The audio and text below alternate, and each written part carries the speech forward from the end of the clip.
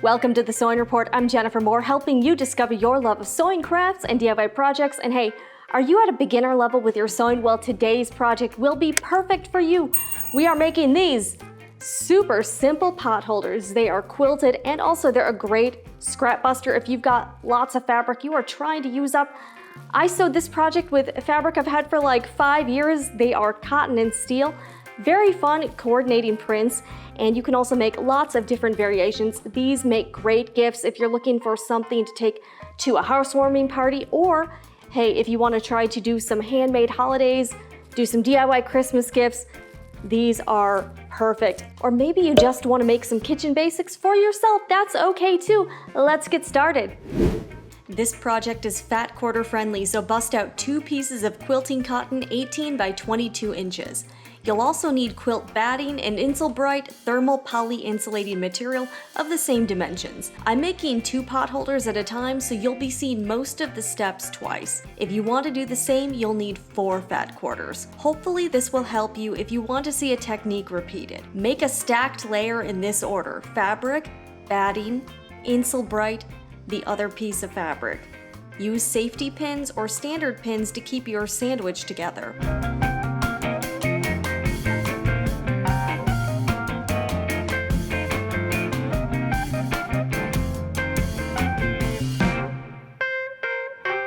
It's going to be a pretty thick bundle here, so I'm quilting with a 40 weight cotton thread and a 3.5 stitch length, and I'm using a walking foot. This helps prevent shifting of the layers, and I find the quilting just looks better overall. Because this fabric has a pattern, I used that to determine my quilting. For this print, I followed the rows to create a diagonal diamond design. If your fabric doesn't have a pattern conducive for quilting, you can use a quilting guide bar for evenly spaced rows. You could also mark them out using disappearing ink. Why am I quilting before cutting out my pattern pieces? Because quilting will alter and distort your original fabric and batting sandwich, and I want the final pieces to be accurate and not wonky. Plus, it's easier to quilt larger, simpler areas and then cut them down later. My other print also had a pattern to follow along for quilting, so I did a similar diamond layout here. First, I stitched in the middle gap between the dots.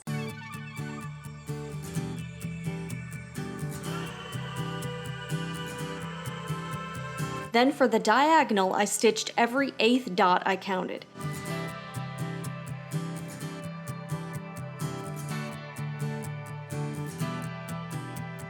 You'll end up with quilted fabric that can then be cut up and used to sew with. On to constructing the actual pot holder. Cut out the pattern, which is available for free at sewingreport.com, and trace around it with a marking pen. Pattern weights will keep the template in place. Then fold the pattern at the line and trace the bottom, larger portion.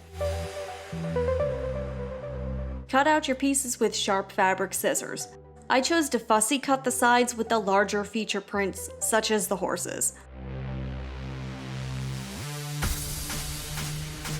To bind the edges, you'll need bias tape. There are lots of options here.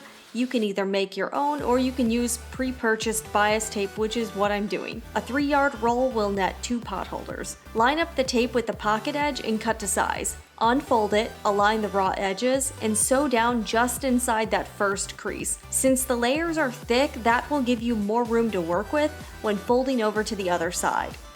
Press the tape away with an iron.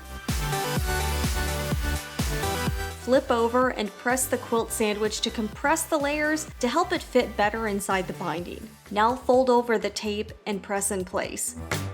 You can use a little glue to secure it. I prefer Elmer's washable school glue, and hitting it with a dry iron.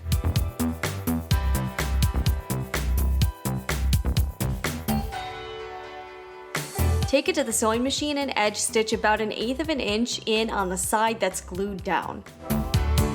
Line up bias tape around the perimeter of the whole piece and cut a few inches longer than you anticipate needing. Also cut a piece about 15 inches for the loops. Edge stitch that piece on the open side to close it up. Find the halfway point and cut it to make 2 loops. Place the pocket piece over the main piece and align the loop at the top For an added touch, I sewed on a personalized Sewing Report label to the middle of the pocket. Basted the loop and pocket onto the main piece with a seam allowance smaller than 1/4 inch, which is what you'll be using for the bias tape.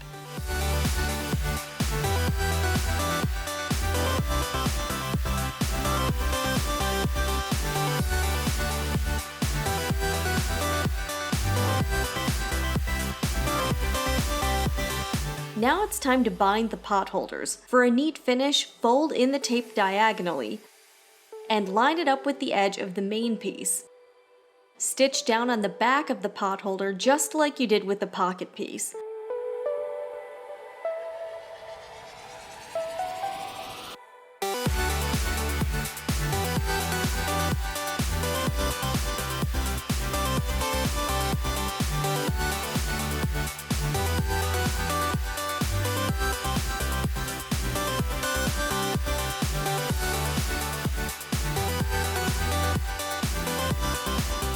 When you get to the starting point, overlap the binding by about 1.5 inches.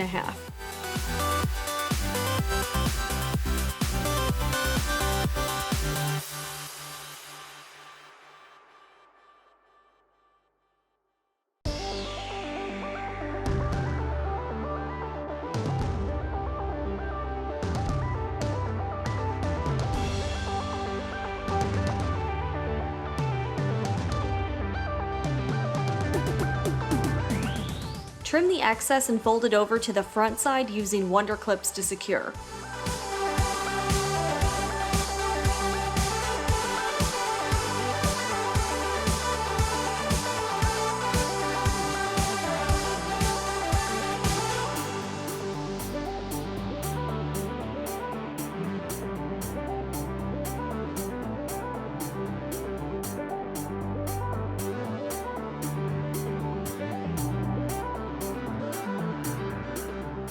Work the fabric on that beginning end point so it's folded in and under. Put a clip on that section in particular. There are quite a few different methods to handle this seam. This is just one way I'm showing here. Edge stitch all the way around on the front side.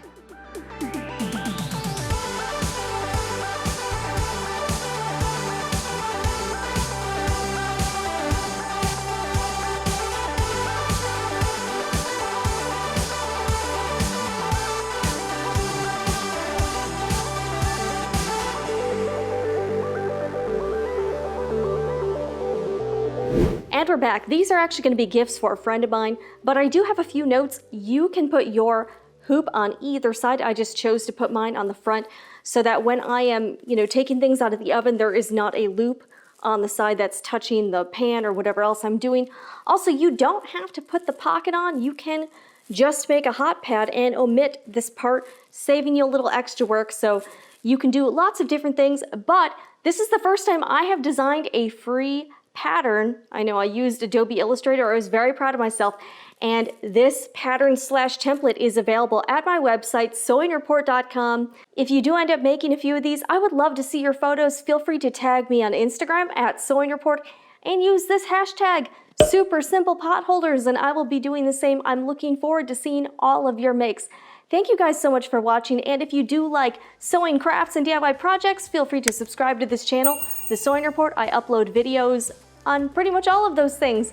I'm Jennifer Moore, and I'll see you guys next time.